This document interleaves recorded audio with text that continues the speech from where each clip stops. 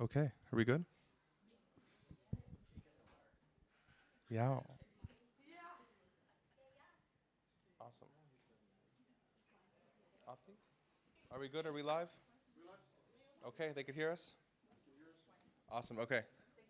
Well, welcome everyone to the March Green Program on it's the 11th, right? Or is it the 12th? Yeah. To the Green Program's presentations for our capstone projects. Over the last few days, we've been working hard on our capstones. Learning at RU, this is our first traditional Green Program back. Learning at RU in person. So we have some professors online you've met, also family, friends, and Melissa and other TGP alumni as well here. So this is how you should be proud of yourselves for the work you've done over these last days. Congratulations, even up to the last moment, and now it's time to shine and show everyone the work that you've done, and I'm proud to see it as well. So here are the rules. It is 15-minute presentation at max. I will give you a 5-minute warning, a 3-minute, and a 1-minute warning. Okay? And then after that, I'm gonna have to cut you off. Okay? And then we're gonna go to 5 minutes of questions and answers. So other people from the audience can ask you questions, as well as people online, and I'll provide those questions to you. So, are you ready? Give yourself a little round of applause. Encourage each other. And we're excited to see the work that you do. So just let me know when to change slides. Just give me a nod or something like that, and I'll do that, okay? Okay. Are you ready? No. Are we using the microphone? You are using the microphone. Oh, this is fun. I like this. Introduce yourselves. Mm-hmm. Introduce yourselves. Just pass them. Introduce yourself first and then pass ourselves down. Okay, cool. No, I know. He said just to introduce ourselves. Do you want when the slide comes? Hello, everybody. So our capstone is on lithium extraction from Icelandic geothermal brine. And we're going to start with introductions. Okay, so my name is Jada Vega.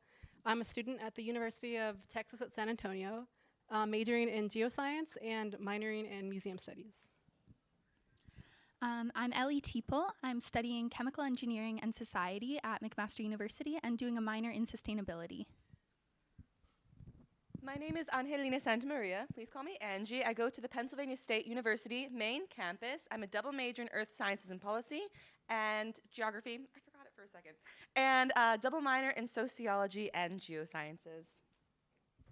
And I'm Kim, studying chemical engineering at the University of Toronto.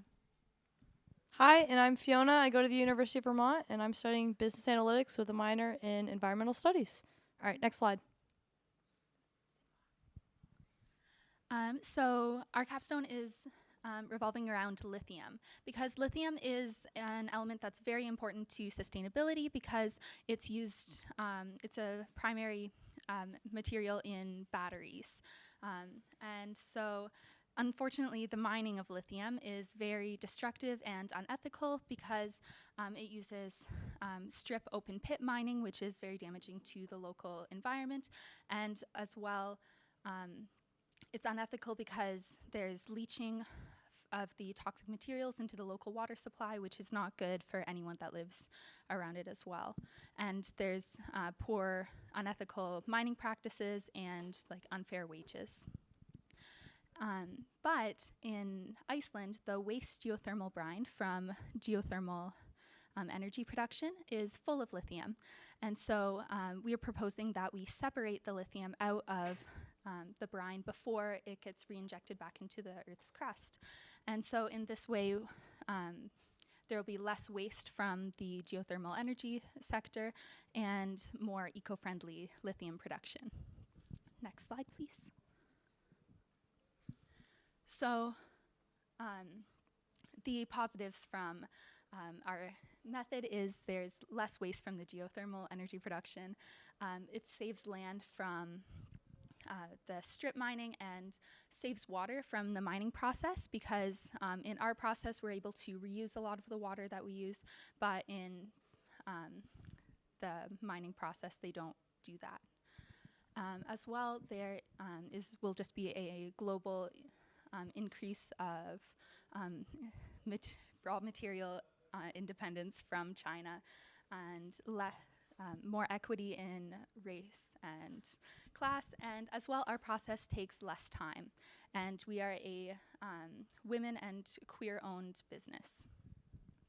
Next slide, please. All right, so the golden circle, everybody's favorite. So starting off with the why is just to educate geothermal plants on how to maximize their resources to further their goal of sustainability, because if they have the lithium, why not extract it? And then for the how is to precipitate lithium from geothermal brine using a chemical process. And the what? Well, to create a process to remove lithium from the geothermal brine. Next. Brine. What is brine? So we all know a little bit about the geothermal process. Basically, some water from a reservoir or a watershed system goes into the soil around the magma chamber, picks up some lanthanides, some silicates, some lithium, some of those alkali metals from deep in the earth. And then in geothermal energy, it is pumped up to the surface where it is utilized for its heat value. So when we're thinking of geothermal brines, we're specifically talking about high heat systems, usually about or more than 200 degrees Celsius, because that will have the most mineral absorption. And so from these brines, it's pumped up, it's separated into steam production. And then we have the actual water itself, which nothing's really done with that. It's usually re-injected. So instead of that, before it's re-injected, we can process it and extract the lithium from the brines. Next, please. So the extraction process that we're going to be using is the precipitation of lithium with aqueous aluminum chloride. There are a lot of technologies out there right now focused on how you can extract lithium from pretty much anything, but we chose this one because it balances a really high efficiency with the context in which we're trying to extract it using the runoff from the geothermal power plant. So how this extraction process works, you start with your brine, and then we treat it with precipitation process in order to have better efficiency at the end of this. So once you add the lime slurry to the reactor, you're able to precipitate out a lot of bulk metal hydroxides. So you're getting things like manganese oxide, zinc oxide, which can later be sold. After we do that pre-treatment, we get into our main precipitation. So in this case, we're adding that aluminum chloride to precipitate out a lithium aluminum filter cake. So that's what's containing our product. You also get the byproduct of our residual brine, which we can acidify back to its original pH and then re-inject it. So that's the end of this process diagram. What we do with our lithium aluminum filter cake can then be separated pretty sustainably. If you sparge it with hydrochloric acid, you can retrieve the aluminum chloride back and reuse it again later on in the process. If you add in a distillation column, you can retrieve the hydrochloric acid, keep reusing that. And then finally, you also get your lithium chloride, which is our final product that can be sold. So basically, everything in this flowchart can either be reused, re-injected, or sold, so it's a pretty efficient process. And at the end of it, you get our lithium recovery, which was 89%. So we based our studies on the Nesta Javir power plant here in Iceland, which uses a high temperature of 200 degrees Celsius or more. And that's at the max of 10 pumps at best case scenario, or 360,000 liters of brine daily extracted, and 1,210 kilograms per day of lithium before processing at 89% efficiency, like Kim said, and 1,077 kilograms per day. And the cost of running for that is $1,874.73 daily with about 2.5 extractions per day. Typo 'cause the Wi-Fi. Yeah, and that annually before, taking out taxes and labor and transportation, that would be about $29.3 million annually. Next slide. All right, so we'll go on the business side of things because I'm a business major. So our key partners is, first of all, investors. And so specifically investors who either own a battery manufacturing factory or even companies that need the batteries, such as Tesla for their cars. And then also the Nesjavatir power plant, because that's the first power plant that we'll be focusing on before we go out and expand. And then some of the key activities we'll be having are quality checks, because we want to make sure that we are able to extract enough lithium, and making sure that we are having the brine go back in. And then also having training. So we are going to be training people, and part of we'll be teaching them the extraction process at the plant, so then they can now implement that. And then the resources that we'll need, obviously brine, because that's where we're getting the lithium from, the equipment to be able to extract the lithium, and then the program, the training program, the people, and also the geothermal energy. And then for our costs, such as staff and equipment, and then also some of the revenues is the share of the profits on lithium. So once that lithium is extracted, we will be selling the raw material to either most likely the battery companies. And then so we'll be getting a share of the profits, and then also from the investors. And then surplus is just having a marketing and platform development. So we want to be able to expand, but people won't know about us until we market, and also how well we do, which as of right now, this is very feasible.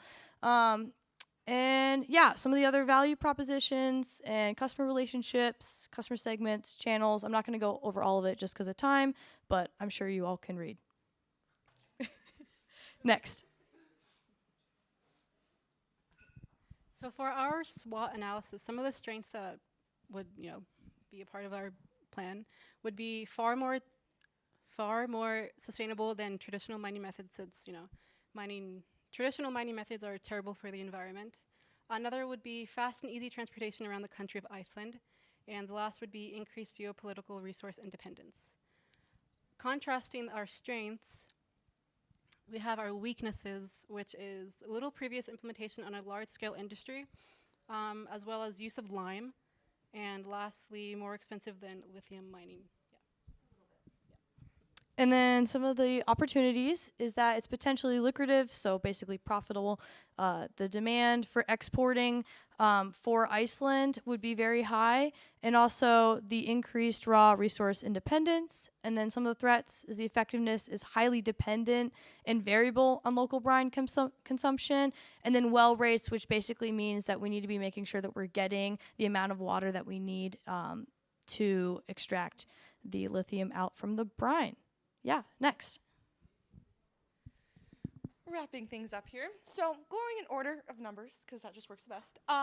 This project hits a few sustainable development goals. First one, affordable and clean energy. Lithium is paramount to making batteries as we know them currently. I know another group is going to talk about that. But lithium is needed for car batteries. It's needed for solar panels. And on average, it takes around 8 kilograms of lithium to make like a Tesla battery. So every day, we're going to be making more than 100 batteries if this works, fingers crossed. Industry, innovation, and infrastructure. So taking metals from lime and, brine, and doing it on a large scale is a relatively new thing. And if this project is successful, it'll revolutionize how we get rare earth metals, which are in high demand right now. We're going to try to reduce gender inequalities. As I stated before, this is a female-owned business. We know that there are a lot of unfair hiring practices and wage practices amongst women in STEM. So we hope to be conscious about who we're hiring and how we're valuing their labor. Additionally, for responsible consumption and production, reinjection does have a couple problems. It raises the seismicity and earthquakes in the area. So if we are taking brine out from the depths of the earth, we should make sure that we're getting the most that we can. And for last, life on land, again, as stated before, lithium mining does have a lot of problems with strip mining. So there's a lot of explosives involved, moving up earth. It disturbs your local flora and fauna ecosystems. And there's a lot of chemical leaching that happens into groundwater, which has a lot of problems for quality of life, especially for lower income people that are unfortunately living in close proximity to those areas. With that, that is the end of our presentation. If you go to the next slide, you will find our LinkedIns, so please follow us and connect with us. But if you have any questions, or yeah, we'll be happy to answer them.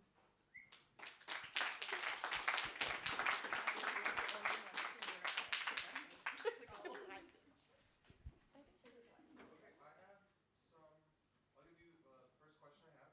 It comes from Lori. Hi, Lori. Have they considered? Hi, Lori. Hi, Lori. And his question is, have they considered dealing with other elements in geothermal brine? Example is dealing with large amounts of silica.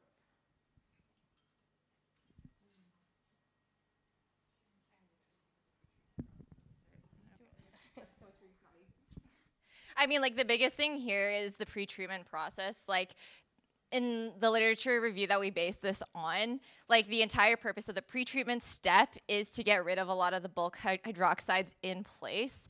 In terms of the silica, they found that it didn't interfere a lot with the actual extraction of lithium. So in this case, the silica would just stay in the solute and would be part of the whole reinjection process.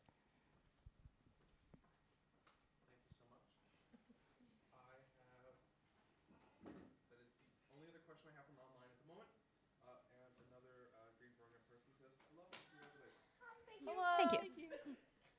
Any questions here from the group? Please, sir. Jack?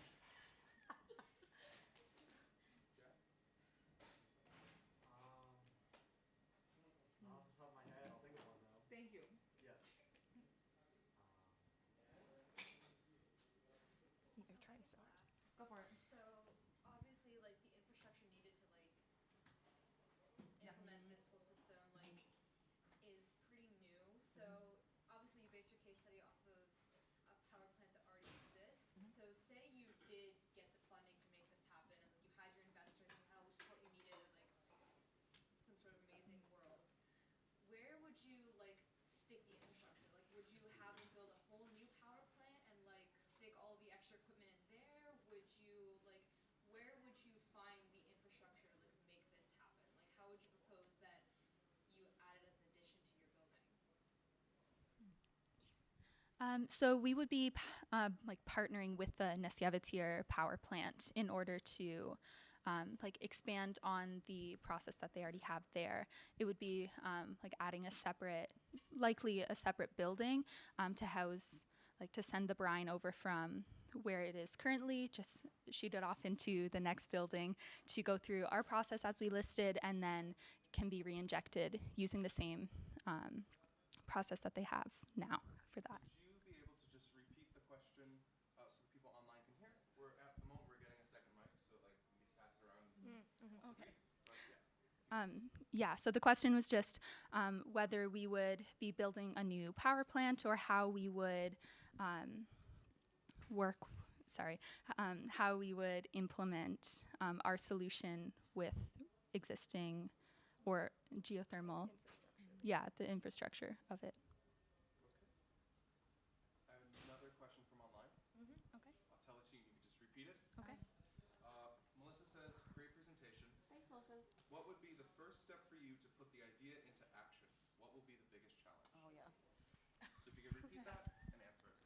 What is the first step to implementing this? What's the biggest challenge? Funding, funding, funding. So this has this has never. It's all very theoretical. People have done lithium extractions from brines, but no one has done it on a large enough scale that it's considered industry. So it's cultivating enough faith for people to trust us with their money to do this. It's the biggest problem. Yes, finding investors. So theoretically, the math works, the chemistry works. It's just kind of doing it. Yeah. And are there any last questions? We have just 1 more minute left for this. Okay. I will round of applause for you. Thank you.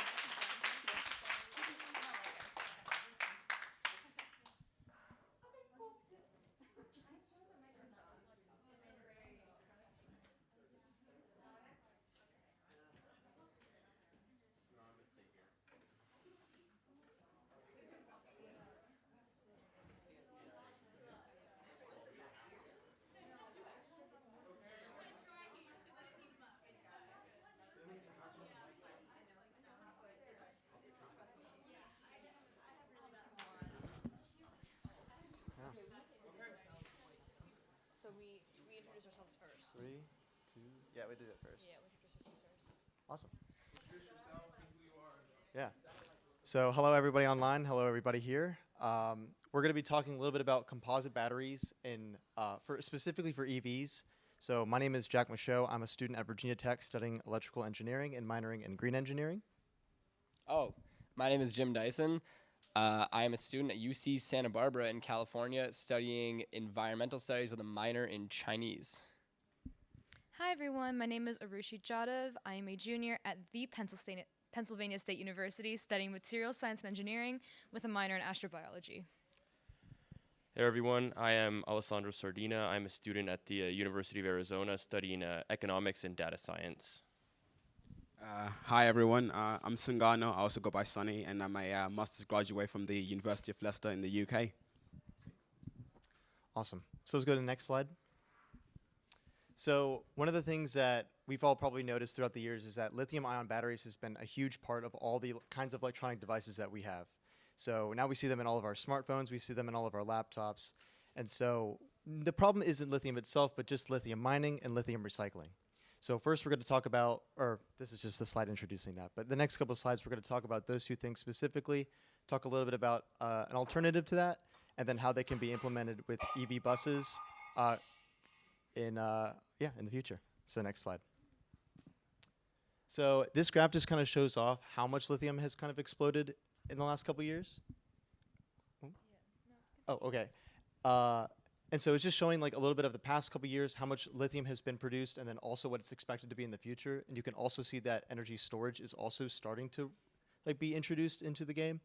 But right now, electric cars and specifically like Tesla, Rivian, and all these other brands that are introducing electric cars is causing an explosion for lithium extraction. Next slide. And so here, I'll start off with this one. No, I think our slides, something happened to our slides. They're out of order. They're out of order? Yeah, we're missing slides. They're not. Here we go, we'll keep going. Yeah, okay. For right now, yeah, so one of the things we found is that with lithium mining, around 2 million liters of water are needed to mine just 1 ton of lithium. And so if 100,000 tons of lithium were mined in 2021, that would result in, I believe, 2 million cubic meters of water used per year, or for that year specifically. And that amount of water would only continue to rise. And I think we have some charts in the next couple slides that kind of show off that amount of water usage. So next slide.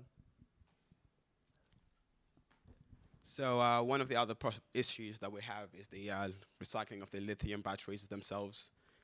So essentially, the lithium-ion batteries, they tend to be quite produced for low cost, and the companies don't essentially think about what the end cycle of the batteries are going to be in terms of like recycling-wise. So therefore, it's not, in terms of recycling it, the process is not quite optimized just yet. So you've got quite a few components in there, including plastics, and in terms of recovering those in terms of like separating the materials to recycle them, it's quite hard. Another issue is that they use smelting and high temperature extraction, and that tends to use quite a high amount of energy and high costs again. And another fact we have that is in fact in the US and in Europe, there's less than 5% of lithium batteries recycled, and the rest of it is essentially either like ends up in landfills and stuff like that, again, which is not exactly good for the environment. I'll pass on to Ari to talk about how there's low recovery and how that deals with the intellectual property. Hi everyone.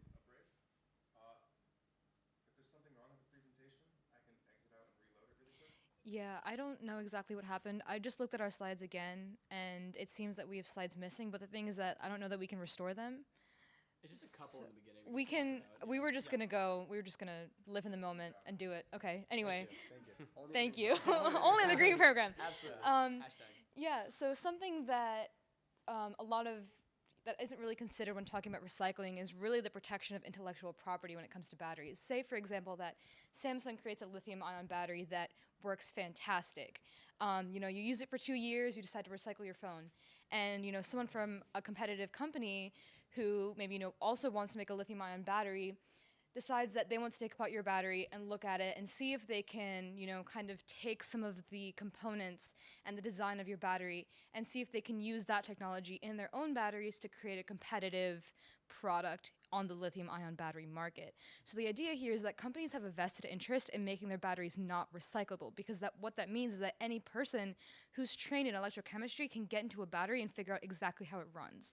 And so companies have an interest in making sure that their batteries are completely inaccessible. And what that means is that they tend to weld their batteries shut or glue them shut, or generally make them very difficult to take apart, assemble, or disassemble and study. So that's something else that really people struggle with when trying to find ways to recycle lithium. Something that we didn't talk about because our slide was deleted was actually lithium mining. So as Jack mentioned before, lithium mining takes up a lot of water. And the other thing about lithium mining is that lithium mining isn't really mining. It's usually just dredging up lithium-rich brine from salt flats, and then that general mixture is sent in pools over 12 to 18 months to evaporate. And so as the water evaporates, it's moved as it gets more and more concentrated into other pools. And that's the process that takes a lot of water. But the issue is that they're just open pools of chemical stuff just sitting around for over a year. And so what happens is that oftentimes under harsh weather conditions, that these pools will actually leak mineral-rich and potentially poisonous chemicals into the surrounding groundwater. And what that means for surrounding communities that are dependent on livestock and farming is that it poisons their livestock, it poisons their groundwater, it poisons, their ability to grow fresh and healthy crops. And so these people don't always have the ability to advocate for themselves when it comes to speaking out against lithium mining. So the general idea here is that we're trying to prevent the pollution of natural resources and also make sure people are able to lead healthy and happy lives without that being interrupted by mining. Awesome. Next slide. Yeah, next slide, please. Awesome. Sure. So the solution is a new kind of battery. So graphite and polyoxymetallate composite batteries. These are less harmful to mine, as we saw, heard just now and heard from the lovely group that went before us, as lithium is not good for mining, and graphite, by comparison, is much better. It's not perfect, but nothing is. And it's a cheaper material as well, so then there's an interest in the business side of things. It's better all around for those, and it's easier to recycle, which is also, as my friend here outlined, very important. Next slide, please. And here are the 5 UN Sustainable Development Goals that we are addressing in ours, in order as well. Affordable and clean energy, for obvious reasons. Number 9, industry, innovation, and infrastructure, as we're going to try and use these to implement with the bus systems to help the infrastructure there. Same thing with number 11, sustainable cities and communities, making the transportation sector of said cities and communities more sustainable, more precisely. Number 12, responsible consumption and production versus lithium mining, graphite mining by comparison, much more responsible, much more equitable. And number 15, life on land with the recycling and the mining of materials. May I please have the next slide? Thank you. Electrochemistry. Anyway, y'all are going to get a crash course in electrochemistry and crystal chemistry. All right, so next slide, please. So this battery will end up being composed of a graphite substrate coated with a polyoxymetallic or POM thin film. So this is a metal oxide in a tetrahedral configuration. So polyoxymetallics themselves are clusters of these tetrahedra that can be arranged to fill space in various ways, kind of like putting together Legos. Next slide, please.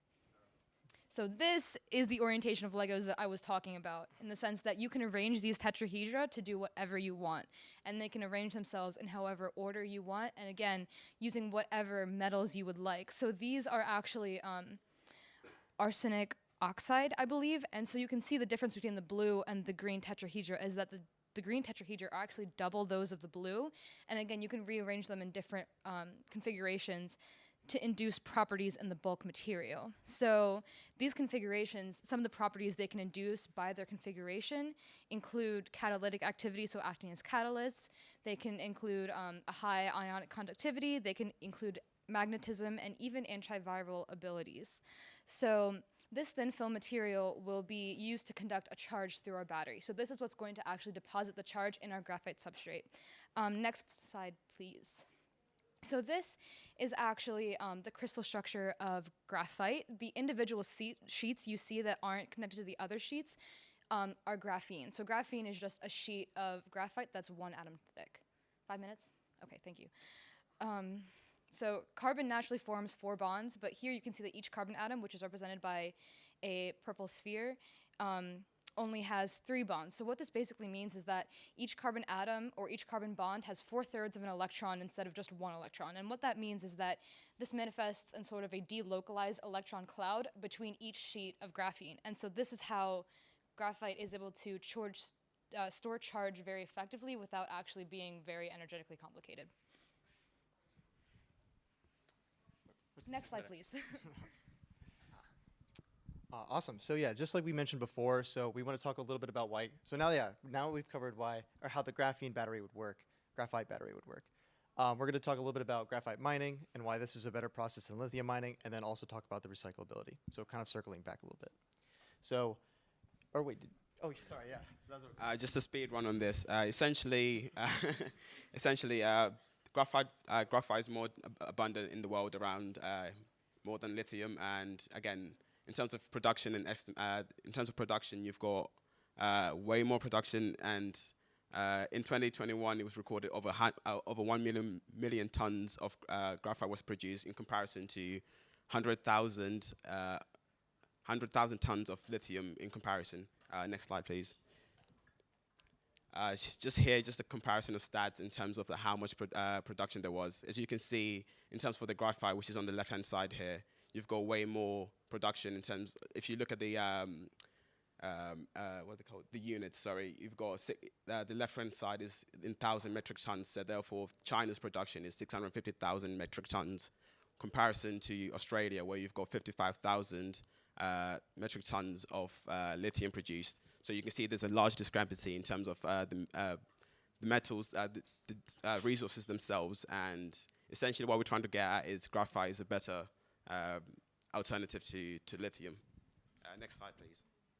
Right, so to talk a little bit about the kind of economic feasibility of such a product in the global market, graphite and lithium have similar energy storage capabilities given the kind of new design of our battery, and graphite is much, much cheaper at only $3,000 per ton, while lithium is currently priced at $17,000 per ton. And there are a couple other components of a graphite battery that we were looking into, and those are silver oxide and hydrochloric acid. Silver oxide has a price of about $200 per 100 grams, and hydrochloric acid is pretty surprisingly cheap at only $200 per ton. So kind of putting these resources together, it's easy to see that if we were able to use economies of scale, it would be possible to mass produce these batteries and supply them to EVs and city buses and that sort of thing. Next slide. Next slide. Do we need to cover this? Should we skip this? Next slide. I think we got to move this along. Is this you? Oh yeah, sure. So, one thing I wanted to say on one of the last slide is that we didn't talk about water usage for graphite mining. It's virtually zero, or at least the process that we were looking into graphite mining, that there wasn't any water involved. So that's why we were mentioning how we would save that much water for lithium mining per year by not doing that.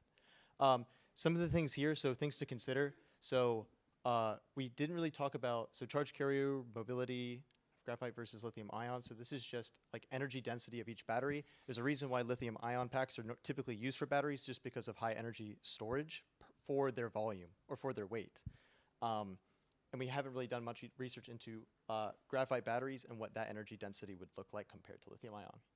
Also battery cycling. So this is how many charge and discharge cycles you can have for the batteries.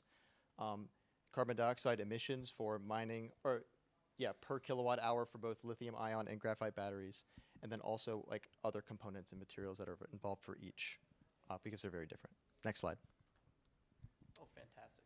Awesome. Yeah, so how is impact EVs? Next slide, please. I'll try and touch on the application a little bit. So EVs are rising in popularity, as you can clearly see from my lovely graph here. And this is great, but at the same time, there are issues with the batteries. Next slide, please, Jake. So why are we trying to implement this in public transport? Because electric vehicles, electric cars. However, we want to use this because we're not quite sure, as my colleague here was mentioning, how the charge here is going to be held. So cars going long road trips, unpredictable routes, buses traveling predictable routes with predictable stop and charging times. Be much easier for us to test the implementation of this. So we're going to try and do it with cities, towns, and colleges with bus systems that are looking to be more sustainable. Next slide, please. As you can see here, most buses in the U.S. are currently diesel fueled. That's changing, however, due to these market trends, and we're trying to capitalize on this critical moment here and come in at the right time to help more sustainability. Electric bus. Next slide, please. Oh, that's it? Yep. Good enough. Yep, thank you.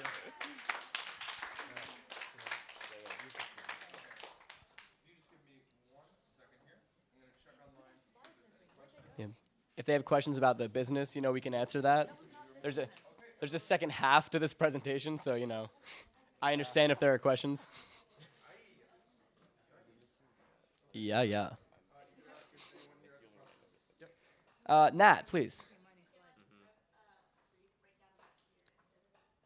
Absolutely. I'm glad you asked. What's up? Oh, yes. She asked for a brief overview of the business implementation. I'll give a quick thing, and I'll pass it off to probably AJ here. So as I was mentioning there, cities, towns, and colleges with bus systems that are currently trying to become electric, instead of putting in like lithium-ion batteries, they could either swap to or in place use our newer, cleaner, more sustainable batteries to help make their transportation sector more sustainable. This is appealing in part, of course, because public opinion, of course, is many people nowadays green is fashionable, and many people care about that. So at the same time that electric vehicles are great, and even those opposed to it have issues with the batteries, we can find more people to kind of support this with the batteries.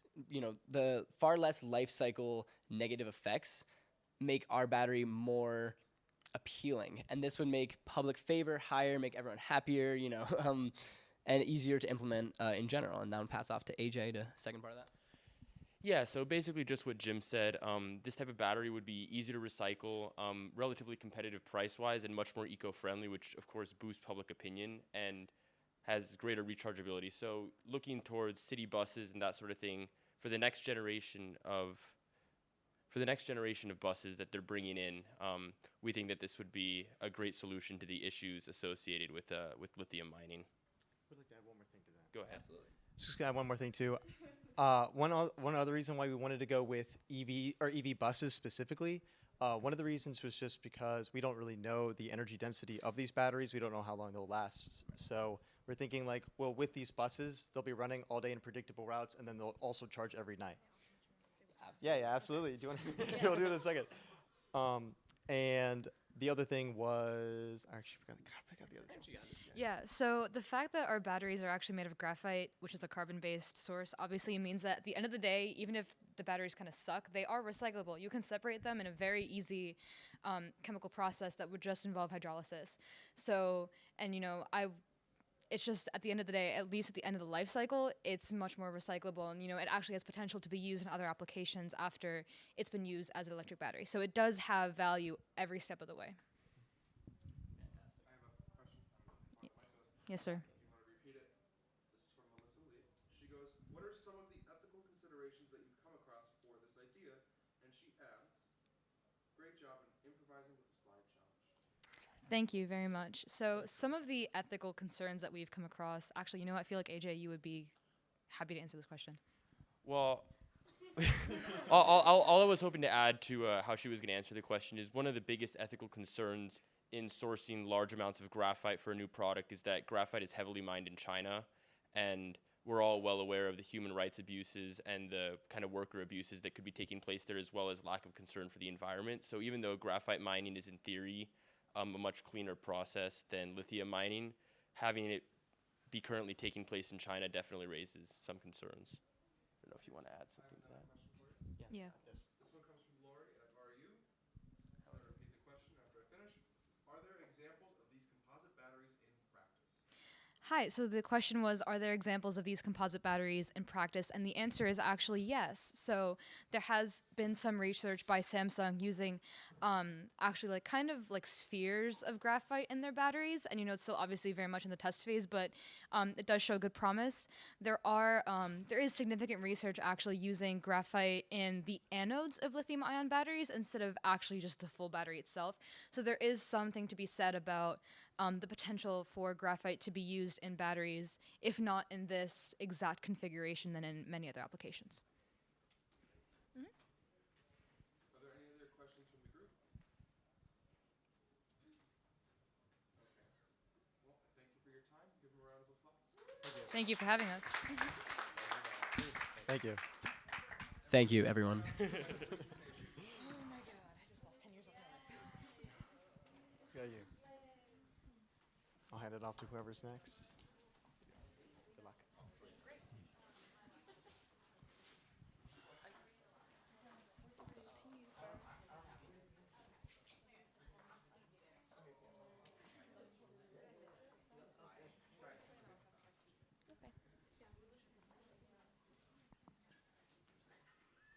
Are we ready? If you are ready, introduce yourselves, major, place. Okay.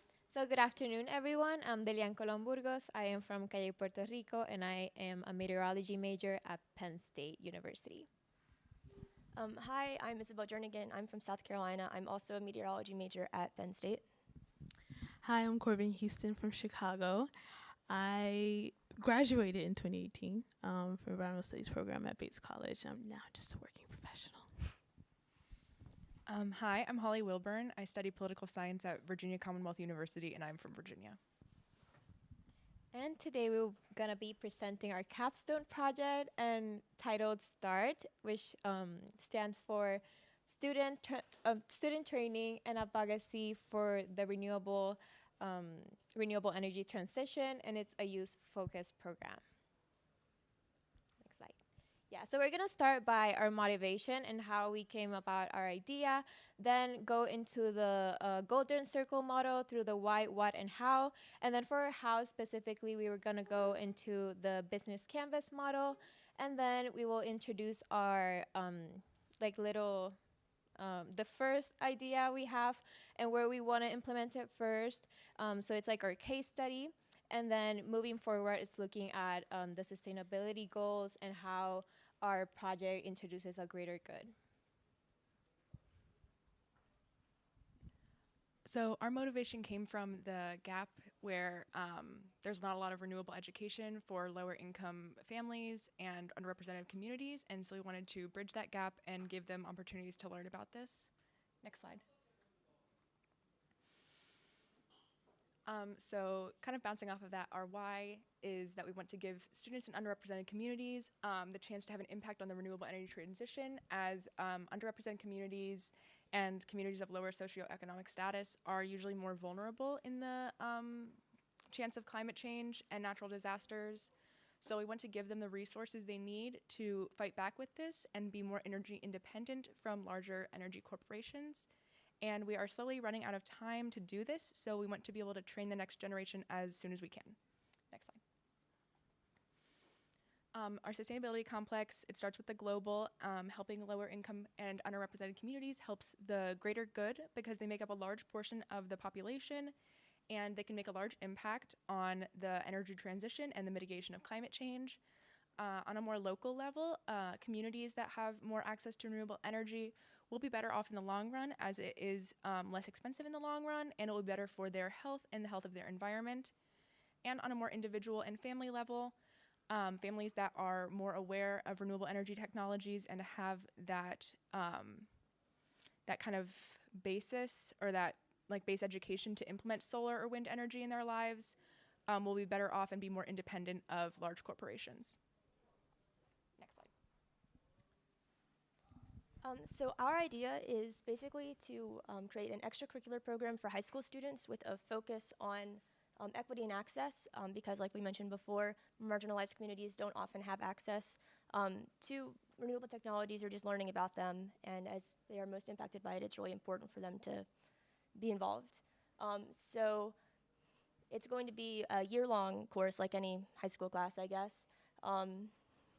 And so it'll be led by various teachers, maybe at those schools, or professionals that are in the area, in both traditional classroom and hands-on settings, to give these students knowledge, expertise, and networking opportunities that they might not otherwise have. So this is kind of a general outline for our program.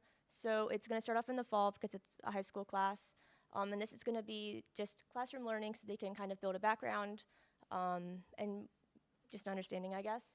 So then it's going into, in the winter, turn into more hands-on learning. There's going to be a lot of field trips and meetings with industry professionals. So it's an opportunity to network with those professionals and see the concepts they've been learning in the classrooms applied in a real-world setting. So the spring is going to be more of a transition period.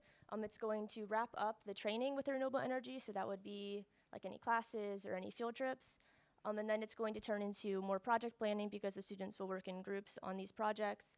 And then they will plan how to implement it into their communities and their schools. And it's going to wrap up at the end of the year with the actual implementation of their project. So like if they had a project relating to a solar panel, they'll like put it like on their school and it'll work, I guess. And then it'll wrap up with a certificate that will recognize all of their work over the year. Yeah, so how exactly are we going to implement this extracurricular program? Well, START will receive funding from NOAA as well as renewable energy corporations. And from NOAA specifically, we're looking at the Planet Stewards program, which provides funding to educators and has the overall goal of giving students a more environmental conscious education. And then for our local energy companies, we're looking at solar and wind companies that can provide not only funding for the program, but also resources and materials for the final project that they will implement in their schools. Next slide, please. So the resources that we need for a project, we can start with the extracurricular course itself, so the development of that, and we will take in charge of that along with other professionals and experts in the field. We also need the website development so we can make the curriculum and the program available to the schools in an easier way and can be further implemented in other schools along the way. Also the NOAA funding through the program that I mentioned. We also will need experts in the renewable energy implementation so they can provide the training to the students and they can replicate it and do the projects at their schools.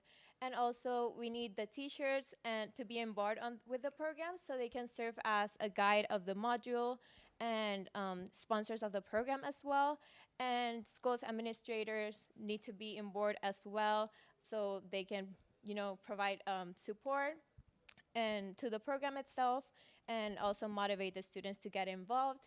And the students and their families as well to be really in support of the program and want to be involved because we need people to want to be in the program to actually make it work. And lastly, the project materials, as I said, and also partners and sponsors. Next slide, please.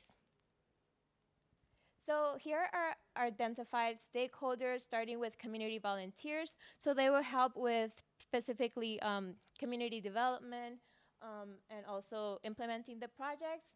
Also high school administrators and students, the high schools are gonna get super impacted by this, not only by the training we're providing to the students that will further on give them, they already have something going into college if they're going into higher education, or also they can also just enter the workforce because they already have a set training from high school. So that's gonna also impact the local industry partners further on.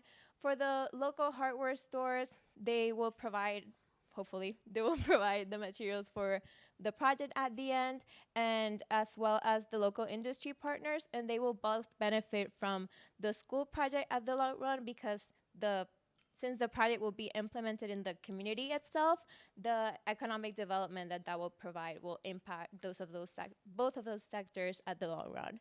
And then the local government, they will benefit by providing their support. They're basically enhancing their sustainability goals within the community.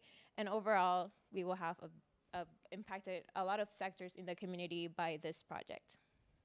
Next slide, please.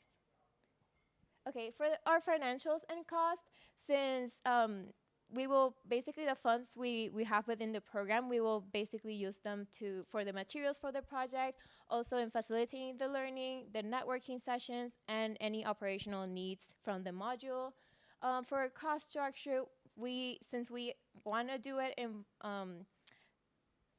like Title I schools, we will not like ask them to pay to use the module or anything. So we're hoping that the schools can provide some of the resources that are already available to them, as well as some outside partners to give like base contribution to the project, as they will benefit in the long run from the project as well. For our revenue, we have 3 sources. First of all, is the grant funding. Second, it's like partner employers that will pay the program due to like the training they're providing, that will in the long run benefit them, because they're gaining like future trained workforce, and also donations and fundraising. And for our surplus of funds, we will be directed in reinforcing programs and then expanding hopefully in other areas and communities. So as one of my friends would say, we are trying to, an ideal area for us to pilot would be the great state of Arkansas. And, one of the reasons as we were going our reasonings is trying to, where would we be able to focus on our motivations from in terms of reaching underrepresented communities, as well as this dual goal of implementing and helping the energy transition. And with Arkansas, with them, trying to invest in hydraulic fracking and natural gas, as currently they're at 1% of providing the nation with natural gas, and employing 76,000, yes, as well, employees is being able to transition towards that. Next slide. And with that in mind, we want to try to move away from that, especially as it is, the least of, 5 states out of the 50 states, they rank in the lowest 5 in terms of renewable energy usage and policy.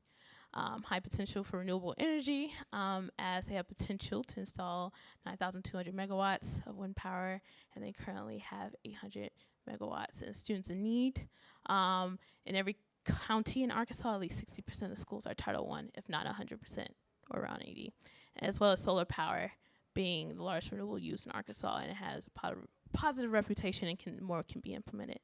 Next slide. A current focus to start would be Fayetteville. 82.6% of the schools are Title I. And for anyone who doesn't know what Title I is, it's just basically a rating of the, an evaluation of the student population from anywhere from IEPs, low income, socioeconomic statuses. So that school has a large student population that has a lot of need for support with resources. Energy potential has both high wind and solar potential, and the city itself is trying to implement an energy action plan to get more renewables in. Fayetteville is on top of a large natural gas deposit that they've already tried investing in, and knowing that deposits will run out, as well as kind of the hazards around fracking, we would rather help the city move away from that and more so renewable energy that they can implement.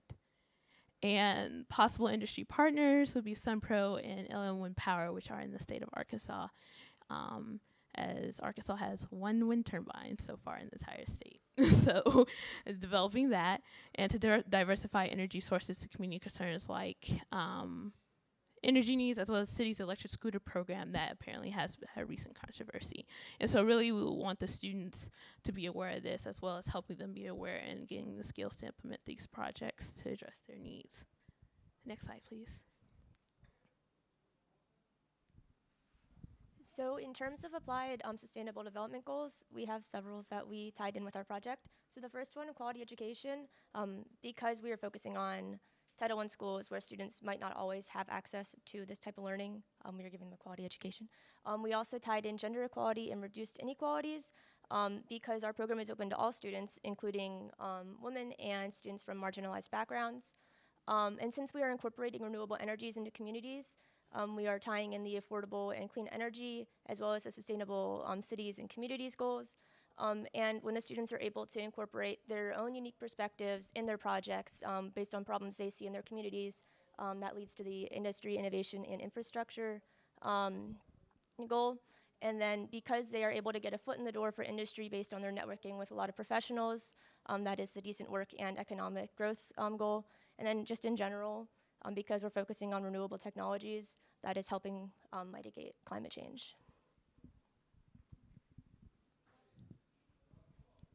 So to conclude, we kind of want to end with this quote that is closer than ever. It is 100 seconds to midnight. So yeah, moving forward, we want to keep this quote in mind as we are running out of time, and we do need to start implementing programs like this right now in order to make a change in climate change, and to educate more youth on their potential with the energy transition. Next slide, please. And this is basically our citations, and I think we don't really have anything else after this. Oh, it's this is our social business canvas model. We kind of went through it throughout the slides, but here is all at once. And just the last slide is a thank you slide. So that's all. Thank you.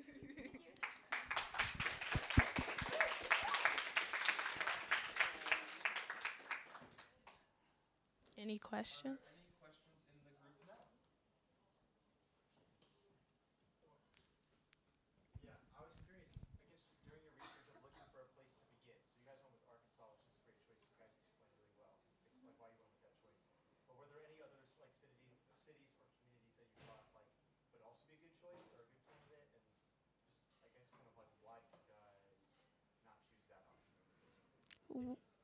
No, we were pretty. The question is kind of like why we chose Arkansas versus other potential sites and locations.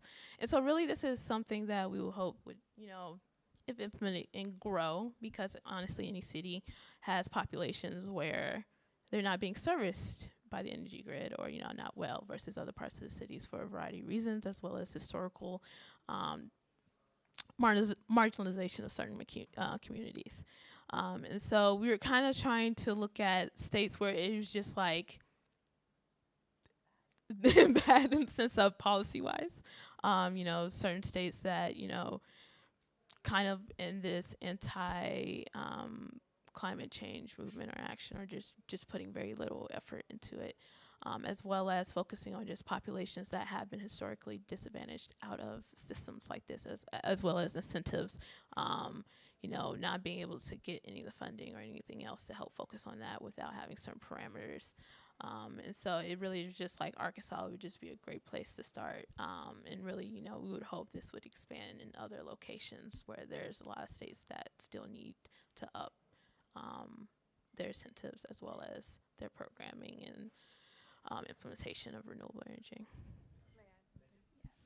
Yeah, and I think Corbin and I both originally looked at doing West Virginia because that was literally like the 50th state on the lists, but they don't have as much potential for renewable as Arkansas does, and there's not currently a lot of support for it. Like in Arkansas, there is a lot of solar, like rooftop solar already, so we figured it's a good foot in the door, whereas in West Virginia, it's kind of very conservative about that since they do have such a large coal industry. So we figured it'd just be easier to implement something like this in Arkansas first, where there is some level of support.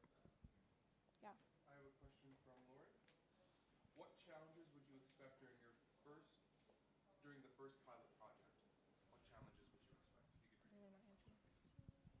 expect? I can start. Really, we would have to, as we mentioned earlier, the buy-in is important. Oh, yes, the question, I'm sorry. The question was what challenges we would expect, like in the first year of implementing this project. And that would be, it's community development as hard as grassroots work. And so you have to develop relationships with people, and kind of, it's a two-way street, hopefully you give them something and hopefully they help also develop and grow the program because it's, really ideally benefiting them and their students. And so it's really just, some schools might not be in a place either where they can implement it, depending on if they're in a rebuild phase of kind of like whatever internal issues are going on. And so it's like finding certain schools who will have the capacity to help with the programming, as well as getting, the funding. Funding is always an issue. Making sure, from funders, whether nonprofit or, otherwise, that, this is something worth to invest in.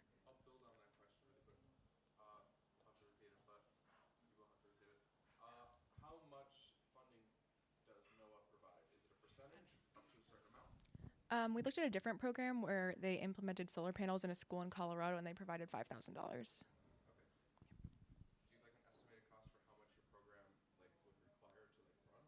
We don't. But we're assuming it wouldn't cost that much day to day because it would be held at the school.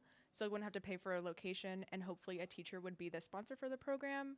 And so we wouldn't have to hire volunteers or hire employees a lot of the time. I think the only cost would really be the project implementation at the end of the year and maybe transport. And I think the $5,000 would cover that. And plus, we're also looking to get funding from local solar panel and wind power companies.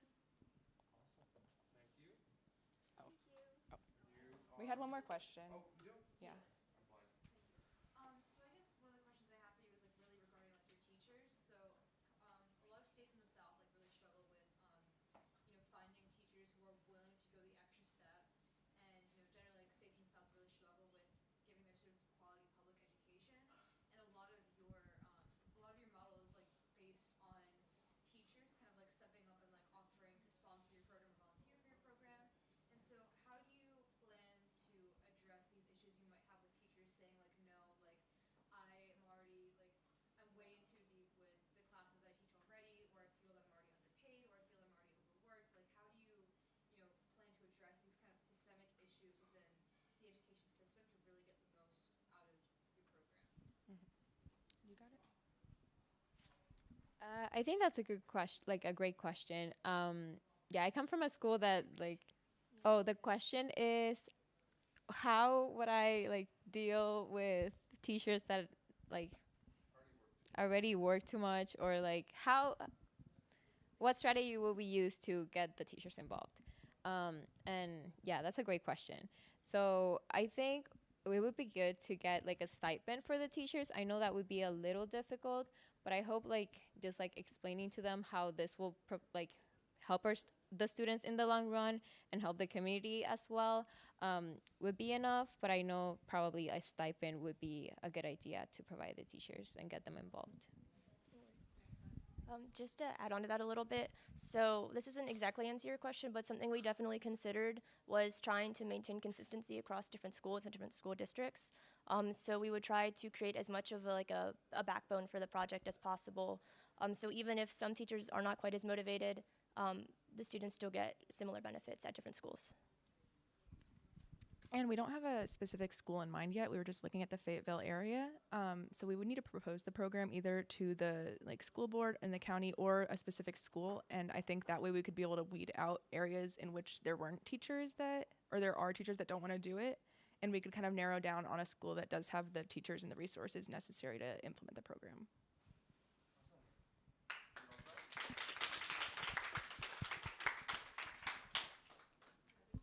We're just going to take a quick 5-minute break, and then we'll go on to our final 2 presentations. Thank you.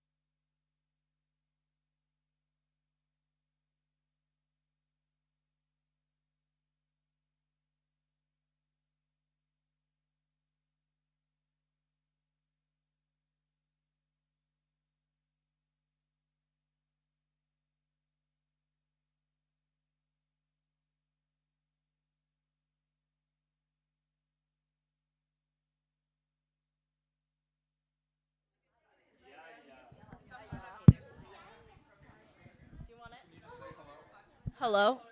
Hello? Should we go in the order of slides? Like, yeah, we can just pass the mic.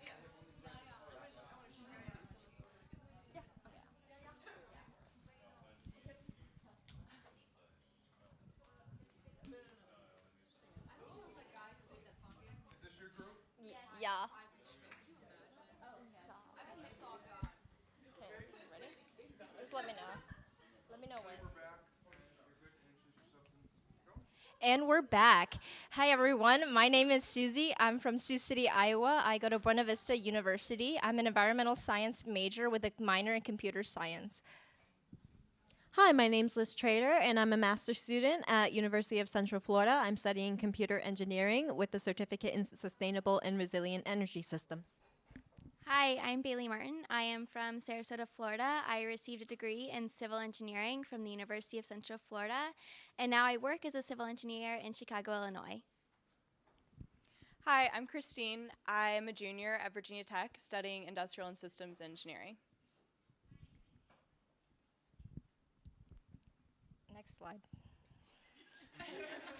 All right, so our project is called Renewable Rides, and what it is that we are an engineering consulting firm working with local government and local construction companies, primarily subcontractors that are small business, women-owned, and minority. We want to coordinate the development of solar panel bike lanes. These are creating bike lanes covered with solar panel roofs. Next slide. We consult and oversee the construction of solar panel roofs alongside busy highways or busy streets in Baton Rouge, Louisiana. These will make it easier for riders to navigate throughout the city from one point to another. And the reason why we chose Baton Rouge, Louisiana is because it is one of the highest in solar panel potential in the city. It's actually the third in the United States, wanting to make it a more green, friendly city. Why do we want to implement this project is because we want to make it easier for lower income adults to navigate throughout the city. Not a lot of people have access to cars or other modes of transportation, so we want to make the city of Baton Rouge more inclusive to everyone throughout various walks of life. Baton Rouge Parish has had 11 fatalities involving cyclists since 2015. According to the Wall Street Journal, it is ranked as the second most deadliest states for bikers. From 2007 to 2016, rates of 3.9 deaths per 100,000 people have been recorded. And another reason is we want the city to have a reliable access to renewable energies. So I'll be going over the sustainability complex specifically for our project. So our project starts at the community neighborhood level, so specifically within the city of Baton Rouge. Improving overall bike safety, which we'll discuss a little bit later in the presentation, is already an effort ongoing by the city, and implementing a neighborhood sustainability plan. So moving on to the household level, providing a safe and environmentally friendly way for people to commute. This could also be used as just kind of a recreational way for families to get outside and support renewable energy. And then on an individual level, personal biking safety, after hearing those facts, it's definitely important that they're making a transition into something that is safer but also good for the environment. And then yes, feeling safe while making an environmentally conscious decision. Next slide. So going into the Sustainable Development Goals, first, good health and well-being. So this promotes exercise as a way of also commuting throughout the city. So improving physical and mental health and providing an opportunity to get outdoors in a way that's safe. Affordable and clean energy, so improving access to renewable energy. Again, a little bit later in the presentation, we'll hear about how Louisiana is a prime area for solar energy, and it's currently not really being capitalized on. And it will also be discussed selling excess energy back into the city grid. And also creating revenue through the city. So number 9, industry, innovation, and infrastructure. So improving bike lane infrastructure in a way that's safe. So we'll hear later on in the case study about the current efforts to do that and how this will improve the infrastructure that's already being planned. sustainable cities and communities, so implementing a renewable energy source for the community, and individuals feel like they're taking part in the sustainability movement by utilizing bikes. And climate action, again, promoting renewable energy and having this as an alternative to people driving cars around the city and therefore reducing carbon emissions. Hi, I will be talking about our design and our proposed corridor for a case study. We are looking at Florida Street from North Foster Ave to Wooddale Boulevard. It's approximately 2 miles long. Next slide, please. Some corridor characteristics are it is an arterial road running through central Baton Rouge. It is running at a 50-mile-per-hour speed limit with 3 travel lanes and 1 approximate 8-foot paved shoulder running east and west. Some community amenities that exist along this corridor are the Baton Rouge Community College, a water park, several schools, a community center, restaurants, and shopping. Next slide, please. So our buffered bike lane design would include turning the existing 8-foot paved shoulder into a 5-foot bike lane with 3-foot buffers. We are proposing a cantilever design for the solar roof that would put the rigid structure at the outermost edge of the pavement to reduce some risk of hitting that. We would also be utilizing a breakaway poles centrally in the buffered bike lane. That would also help reduce risk of the cars traveling from the roadway into the bike lane. They would hit that first, which would immediately brake and hopefully bring the driver's attention back to the road so they don't hit the rigid structure or a potential biker. Our design for these cantilever roofing structures are 100 feet long by 8 feet wide. So our customer segment is cities who have a problem with keeping bikers and pedestrians safe because they lack good methods of, pedestrians getting from one place to another, bike lanes, sidewalks, and things of those natures. The reason why this is a huge problem for cities, not only just in terms of feeling good, you don't like when people get hit by cars, it's also a huge problem economically. When people who don't have cars are afraid they're gonna die whenever they leave their house, they're less likely to leave their house. This burdens the local economy because it reduces the amount of people who are participating in the local economy, going to local businesses that they might walk through, or activities that they might be paying for because they don't want to leave their houses. The alternative is that people who do have cars use those cars more. This increases traffic, which makes the city overall more appealing as a tourist destination. Additionally, increases pollution, which decreases the health of the people living in the city. It's associated with increase in asthma and other respiratory diseases. Ultimately, if this is done in a low-income area, it also increases the costs onto the community, because when they go to the hospital and stuff, and they can't necessarily afford those bills, those costs either get passed on to the hospital, who have to absorb that, or it gets passed on to the city itself, who has to subsidize this. So our ideal customer, based off that, are places with high renewable energy potential, because it increases the amount of benefit that the city's getting. Already seeking pedestrian safety initiatives, because it shows that they're already willing to allocate money towards this effort. It's just instead of allocating it towards efforts that aren't necessarily working, they allocate it towards us. And also has net metering. So what net metering is that there are many states that actually offer, if I have a solar panel on the roof of my house and it creates excess energy, during the day, maybe I'm not home, but the sun is still out, that energy can actually be sold back to the grid. So this will create a recurring source of revenue for the city, in addition to encouraging pedestrians. This also makes it so that's not simply a cost that makes them feel better. It's actually an investment that makes them money.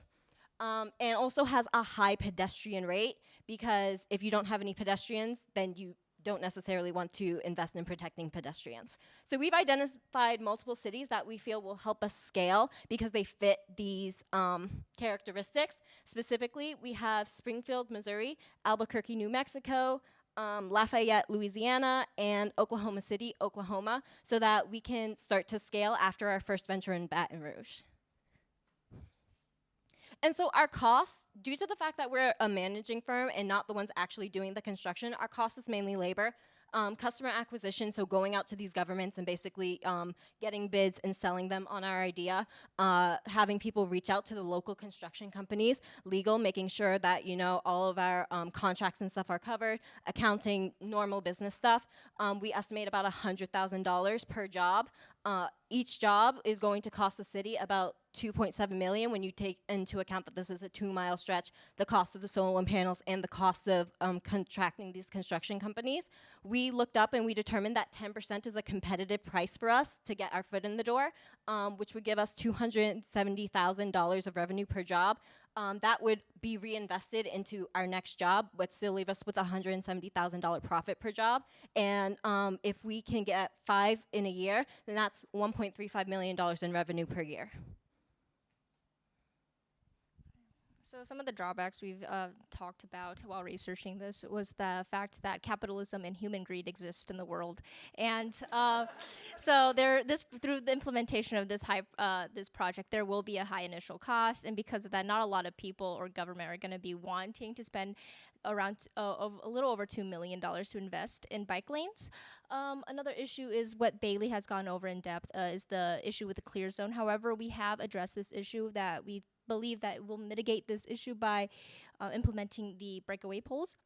However, we believe that with the implementation of this project, we will make the cyclists and bikers in Baton Rouge, Louisiana feel more inclusive and generate while also generating electricity to the city.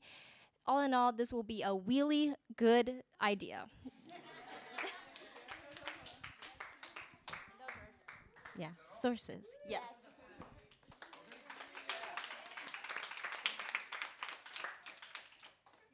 Does anyone here have any questions starting now? I see hands. Anything over here? Okay. How did you determine what road you're going to do the case study on? And then I might have a follow-up question. So the question is, how did we determine what road we're doing the case study on?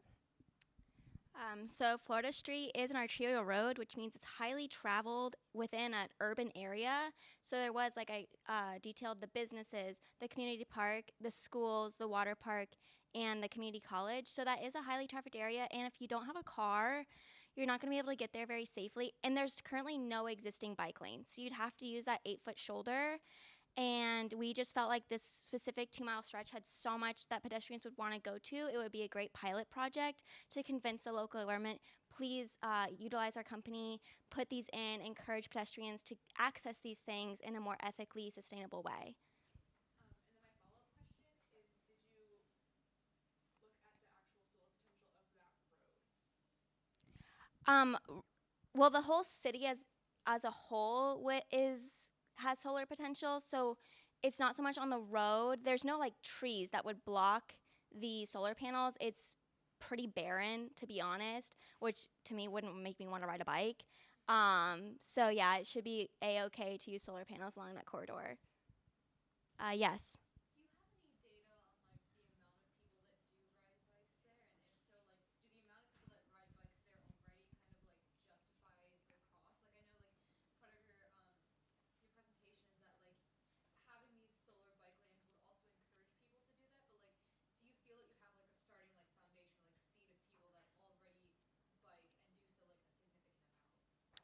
So we don't have that data that would require oh, we do.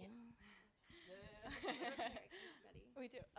We do. So, as stated earlier in their presentation, bike traffic in Louisiana is some of the highest in the country, and then specifically within this area because of just the population density and also the amount of tourism.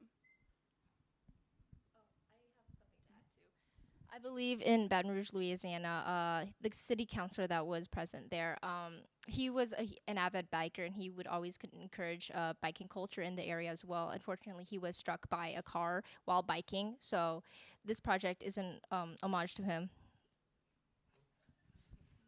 Yes. I will just read this one to you. This comes from, we'll jump up there. This one comes from Lori. Have you looked into whether your pilot project abides by transportation safety requirements? I may not have understood, but it sounds like the installation would eat up the shoulder on the road.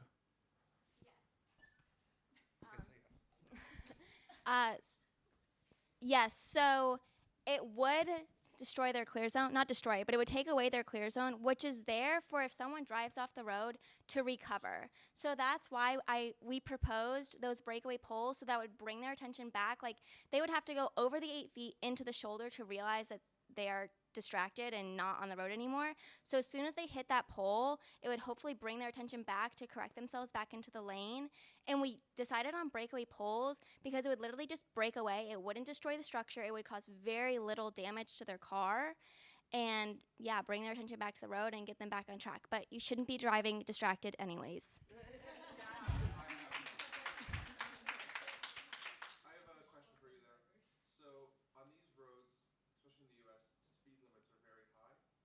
What is the speed limit on this road?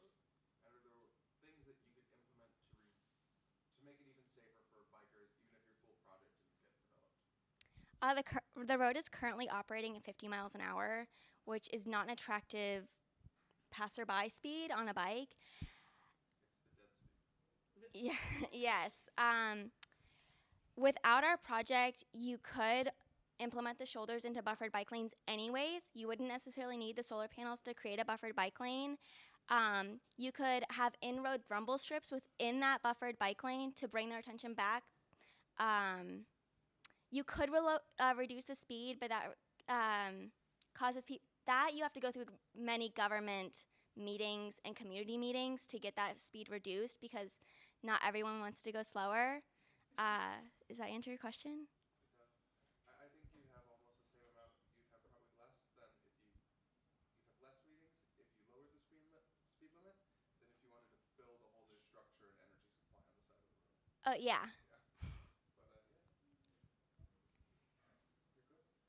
Okay. Thank you, guys.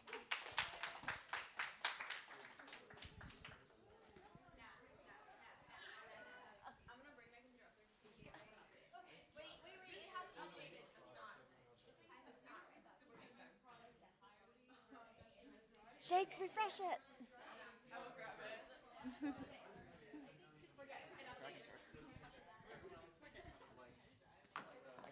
I'm sorry. I'll have an introduction. What? You're fine. Just like, this is definitely me. It's okay, our names are covered.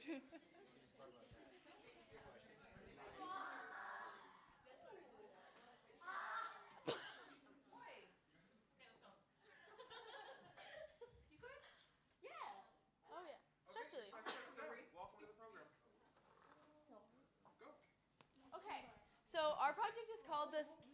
We're gonna do well. Okay. So our project is called the Solarization of Malachi. I'm Anna Nielsen. I go to UVA, and I'm an architecture major and a double minor in studio art and global sustainability. What's going on, guys? My name is Kayum. I attend Boston University, and I'm studying energy and environment. Hi, I am Maria Milan. I am a master's student in environmental engineering at Michigan State University. I'm Natalia. I go by Nat. I'm at McMaster University for Electrical Engineering and Society, doing minors in both business and sustainability. Next slide. Okay, so the problem that we're addressing with our project is that Hawaii's current initiative to become carbon neutral by 2045 involves the implementation of sustainable energy infrastructure, and that also relies heavily on external financial support and inland U.S. companies and firms to fund and lead these sustainability projects. The current initiative to provide funding to help achieve these sustainability goals have very strict financial prerequisites that limit who these funds are available to and which households get these grants. And the majority of these grants are also only available to renters. Next slide. So our project, the goal of it is to reorient the current requirements for funding by the HGIA, which is the Hawaii Green Infrastructure Authority. To be more inclusive to every household instead of creating financial hoops that people need to jump through to get these energy upgrades. We zeroed in on Molokai Island because of their rejection of the ecotourism industry, which in turn makes them a little bit more isolated than the other Hawaiian islands. And they also have an existing goal to be sustainable on their own. And we want to provide microloans to the people to help build their own housing instead of allocating loans and grants to just energy infrastructure. And energy upgrades. So redirecting what the money goes toward allows this movement to be more oriented and rooted in the community. Next slide, please. So this is just a general outline of the climate change-driven housing crisis in the rural United States. And in rural communities in the United States, there's a lot of out-migration towards urban life just because of the push. There's a lot of push factors. Like the lack of resources to respond to the effects of climate change, isolation from society in general, low healthcare availability, which also then contributes to a high emergency response time, which is not useful at all. And then the overview of demographics, which also happen to be push factors towards urban life. There's a high old age dependency ratio, which means there's an aging population that therefore more people relying on a smaller economically active cohort. And there's also higher heat vulnerability and more likely to be a higher social vulnerability than there is in urban cities. Next slide, please. Okay, first off, I apologize for my lack of footwear. So anyways, now that we've gone through the housing crisis in the States, we're going to zero in more on Hawaii itself. So overall, we have a problem with affordability and overcrowding. Now, the key reasons for this is because the Native Hawaiian populations are usually younger, they have lower education rates and higher unemployment rates.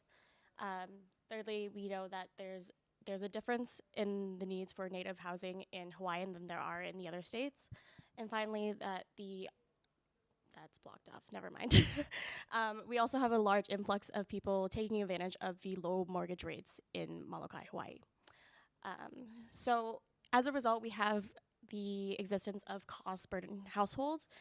Basically, what this means is that they have to sacrifice necessities that they need, such as food and energy, in order to pay rent. And then as we can see on the chart over here, this is basically the extremely low income renter households divided up by demographic. The largest portion in the corner we see is 39%, and that is still people who are working in the labor force. That just goes to show that even people who are working are still struggling to meet ends meet. Next slide. Okay, now we're going to be talking about Malachi's Native communities. As a whole, Malachi is generally known as the most Hawaiian island, and half of Malachi's population is made up of Native communities. So the foundation of Hawaiian culture is malama. This generally translates to taking care of yourself, others, and most importantly, the environment that you live in. I'm not sure how much everyone here knows about indigenous populations, but they have really strong cultural ties to their environment and respecting the land that they live in. So there are 4,725 Native Hawaiians currently living in Malachi. And as Anna said previously, they have a general opposition to ecotourism. And then if we see on the picture on the side, we have a sign where they're trying to discourage tourists and cruise ships from coming our way. Next slide, please. Now I'll be talking about environmental racism in Malachi, Hawaii. I'm not sure how much everyone knows about environmental racism, so I'll just give a brief definition. Basically, it's the disproportionate negative effects of environmental damage on marginalized communities. So I know back in Canada, I don't know the exact name of the tribe, but they would build a lot of landfills near reserves, and as a result, it would cause a lot of health concerns for the Native communities that live there. For Malachi specifically, we have the degradation of sandalwood and sugar cane lands. As I mentioned previously, indigenous communities have deep cultural ties to their environment and the land that they live in, so obviously they're being more disproportionately affected by the degradation of their lands. The poverty rate of Native Hawaiian Malachi residents is 20%, and compared to the other Native Hawaiian islands, that would be 12%, so we can see it's much higher. And as of 2018, 49% of adult Native Hawaiian Malachi residents either agree or strongly agree that the quality of their environment was better 5 years ago. As a little trigger warning, I can't remember the exact statistic off of my head, but I know they interviewed a lot of young Native residents in Malachi as well, and they reported having, trigger warning, suicidal thoughts, experiencing depression, and other mental health issues. And then also with COVID-19, they had a huge impact with fewer medical resources and increased risk spread because of the arrival of travelers. And finally, our overall goal here is try to achieve environmental justice. Next slide, please. All right, so So our proposal is important because of a lot of the things that are actually happening in the world right now. So recently, the price of crude oil, or the price of the barrel of crude oil, has actually spiked up to over $130. As you guys may know, gas prices are actually through the roof.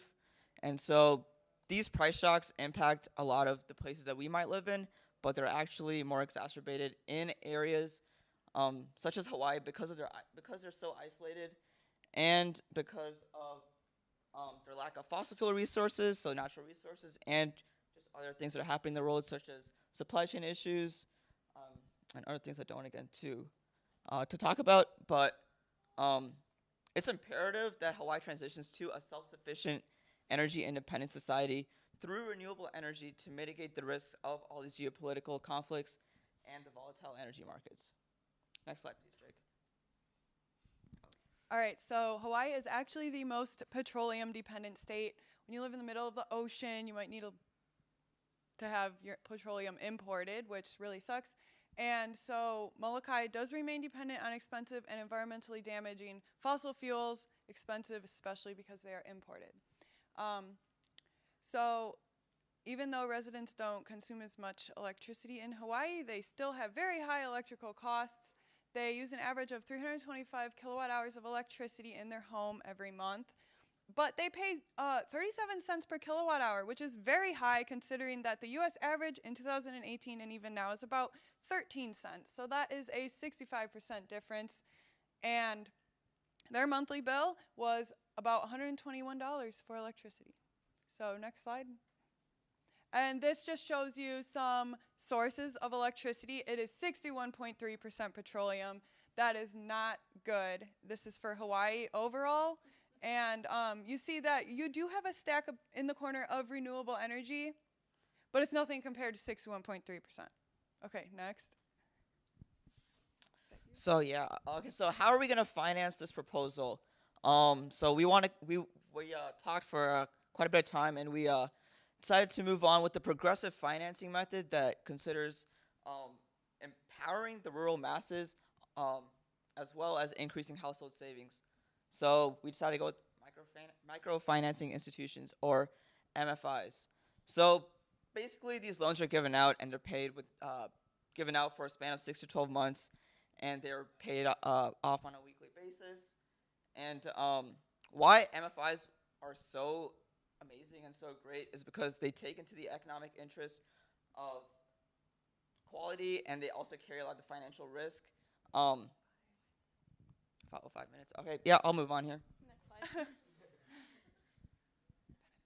Oh, this is me. Yeah, so again, with PV systems, you're also able to take advantage of net metering. And what net metering basically does is your excess energy that you collect, you're able to sell back off to the grid. And this is a pretty good for places such as Hawaii because they receive so much direct sunlight, and it helps them become more energy independent. Next slide. So the U.S. government basically allocated $129 million recently to sustainable energy and renewables, and only $46,552 went to Hawaii, which is 0.04% of the budget. Boo. Okay, next. Case studies. Next slide. So Hawaii State Energy Office has a 5-point policy directive, and I'm not going to go through it because we don't have enough time, but basically they're trying to move towards initiatives that allow the community goals to be rooted in all of them, because it's a common theme where the community goals are in the initially at the beginning of the process, but they're lost along the way as companies get sold and firms change leadership. So next slide. Okay. So the current Hawaii infrastructure and sustainability, I'm just going to highlight 2 current programs and task forces that are helping fix the what Maria introduced about the energy inequity and also the electricity bill. So the HGIA, which is the Hawaii Green Infrastructure Authority, operates through on-bill finance, which their goal is to make loans more accessible and easily paid off, and only 20% of the funds are allocated to low and moderate income single-family homes. And problems with this infrastructure is that the loan only goes towards implementing energy upgrades instead of building new sustainable homes, which makes it less oriented within the community. And then another program is the GEMS program. And the problem with this program is there's a lot of prerequisites to get into it. including having to pay taxes for 12 months, which is because of the poverty. It's actually really hard in this area. So it excludes a lot of the groups that they want to bring in for this program. Next slide, please. Okay, so the current sustainability initiatives, again, just a lot of like promoting a sustainable economic recovery. Like a lot of these just are trying to orient their goals more around the community because it really has lacked recently. And they're just a lot of like theme is bringing in external resources, which isn't good in the long term. Next slide, please. Okay, next. All right, so we are going to build efficient housing, and that is so important when you are given energy. You want to use as much of it as possible. And so we are going to build efficient housing that has solar power, and actually the community is going to build it. This has very important to the Native Hawaiian lifestyle. That's why the community is going to be involved. It needs to be sustainable. They live off the land, so the home needs to fit with their lifestyle. We need to have locally led construction. These will help the houses be fit for their lifestyle as a Native community. Using local and recycled materials will lower the cost of shipping, and it will also support sustainability. Okay, so anyways, the last bullet was like a plug to myself. So I cited myself. But okay, building process. So we are going to have locally led building and design led by firms. They are going to teach safe construction practices, and these people will then be able to bring it back to their community and eventually have just a completely community-led building process, and that would be amazing. So that are the most important part. Yeah, and Molokai does have an abundance of materials. There are trees. There is a stone tool manufacturing. This list here is some materials that are found there, including some ferns, some grasses. You can make some insulation out of this stuff potentially. And there are some initiatives such as methods for these people to protect their own land so that no other people can come in and use their resources. Next. Okay, so this here is our business model canvas, and we start with our key partners, which are definitely going to be the Native Hawaiian residents in Molokai. The firms that are going to support this, help pay for this, and get eventually a revenue stream, which it didn't update, but you know what. Okay, so, and then Hawaii already has a strong existing sustainability task force, and our key activities are going to be workshops led by construction firms. They're going to help the communities, Hawaiian communities, build sustainable solar power sourced housing, which they will then bring back the knowledge to their community to spread that. And then some key resources. So we're going to have funding by the firm, as well as those microloans, and locally sourced building materials. The natural solar capacity is super high for this area of Hawaii, as well as Hawaii in general. Oh yes, you're so welcome. Wait, was there more? Huh? Was there more? Oh, thank you, everyone. Appreciate it. Yeah. Thank you, Jake. Sorry, thank you, Jim. And thank you, Jake. Do we have any questions in the room? Yes, we do. Let's start. Okay, so I love your idea. I think it's great, but Thank you. my concern is, I guess just Hawaii's geographic location makes it susceptible to natural disasters, so hurricanes, volcanoes, earthquakes, tsunamis, tropical storms, landslides, wildfires, floods, things like that. So my question to you is, like, you obviously have a great idea for bringing in new infrastructure that's supposed to help support locals, but if something goes terribly and awfully wrong, how are you going to protect them from financial issues that arise, or how are you going to prove to them that this, you know, it's not a major loss if they lose their homes or if they lose this equipment? Like, how are you able to protect them from financial ruin, or like, I don't know, just like I'm gonna start. it's a really high risk. Insurance. How do you plan to mitigate that? Okay, so how do we plan to mitigate natural disasters that could take out a home? The first thing is probably insurance, but you know, there's gotta be. Okay, so I know like my research is in a very cold climates, but I know that there are companies who are starting to build fit for very specific climates. So if we could find a firm that is based in Hawaii that knows how to build for that type of climate, those type of natural disasters, which is a lot of natural disasters could happen there, then they would be our most likely partner. Also, a lot of these people aren't strangers to natural disasters, and they've had to accommodate them within their lives up to this point. So that's why we're kind of trying to have the like building of the infrastructure within the community and having them learn how to do that, because if they can incorporate that into their natural disaster response time and response team in general, that would be beneficial, rather than having task forces come outside and just have to like re-implement it every time a natural disaster happens, because they're already used to these disasters happening in their homes, and so they're used to having to rebuild. And that's why just creating an environment where they can do that on their own, but also having it be renewable, would be beneficial. So if I can direct your attention to the quote that we have here, from Lala Ness, I believe she is the something equity and energy coordinator in Honolulu.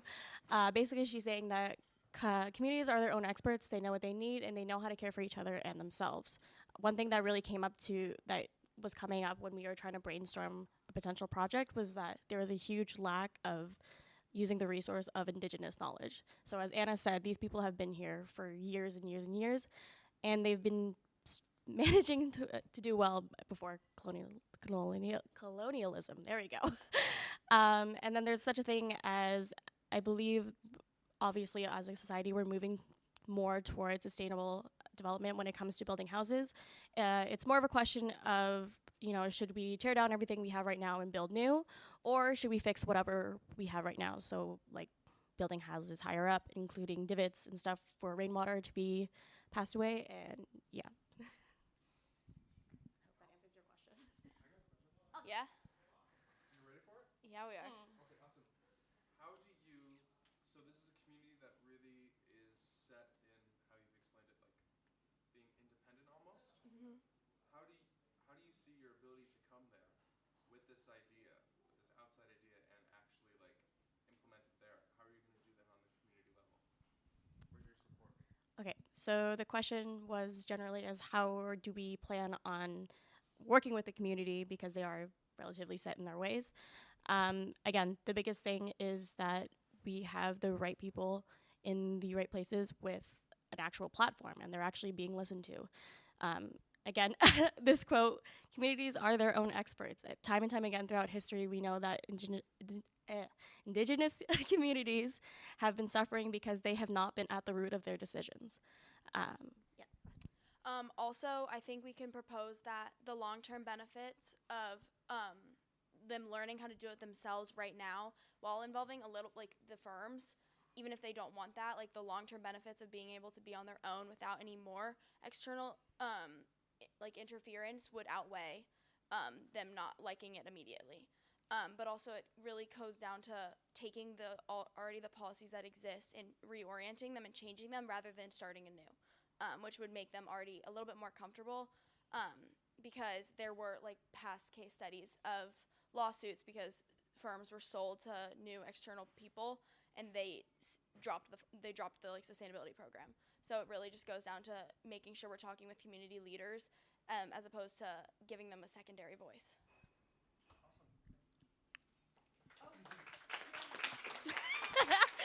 was really good. That was really, really good. That was fun.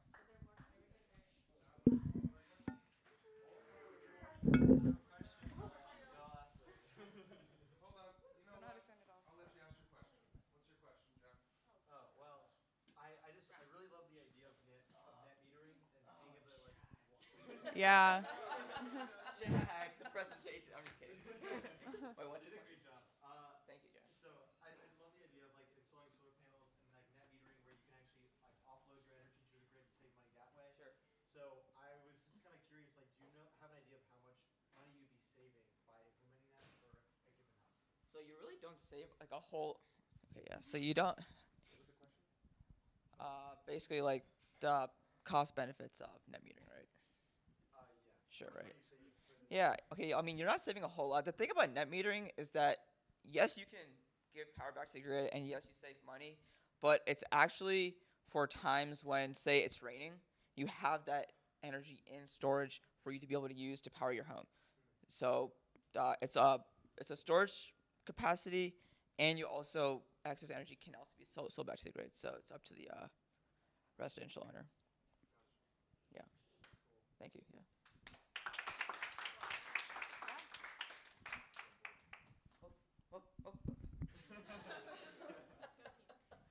Okay.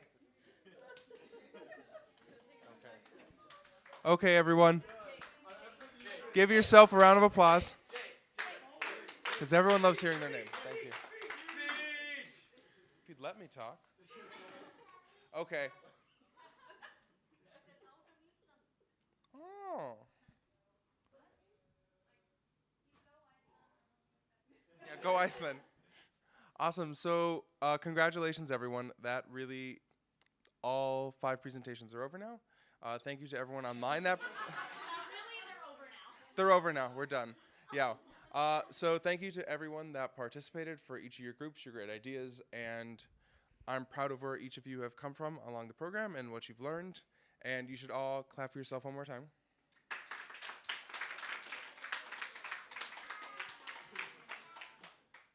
Yeah, I'll go Iceland.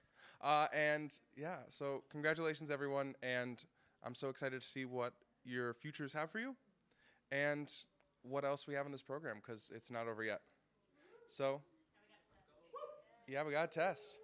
It's going to be a great time. Okay. Thank you, everyone.